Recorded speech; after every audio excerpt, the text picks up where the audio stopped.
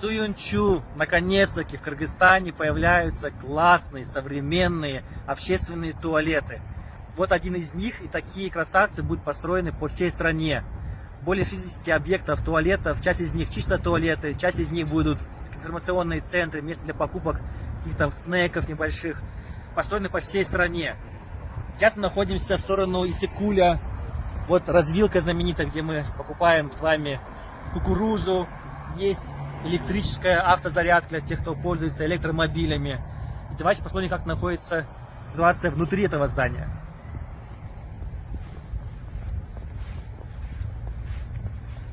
Кстати, здание оформлено в виде здания Ташрабата, караван-сарая. Как и раньше, люди при передвижении заходили где-то поспать, поесть, перекусить, сходить в туалет, естественно.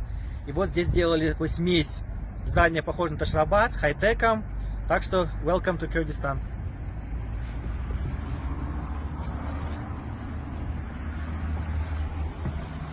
Уже остались последние штрихи. Скоро запустят сюда первых гостей. Все сделано очень красиво. Есть изображения девушки, различные видеоролики с красотой Кыргызстана, что можно увидеть в нашей стране. Здесь будут перекусы, можно купить, различные напитки. То, что туристы всегда скучают по хорошим кофемашинкам, чтобы в пути быть свежими, бодрящими. Ну и, конечно же, проходим дальше. Здесь все по-взрослому. Для тех, кто находится в пути долгое время, есть душевая кабина. Просторная, хорошая, много места.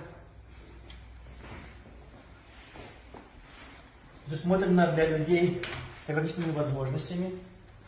Сейчас заканчиваю последние штрихи, тоже просторно, все будет сделано как подобает, чтобы людям было комфортно путешествовать по стране. И сами туалеты, мужские и женские, тоже все просторно,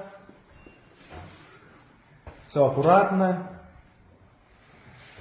Поэтому мы рады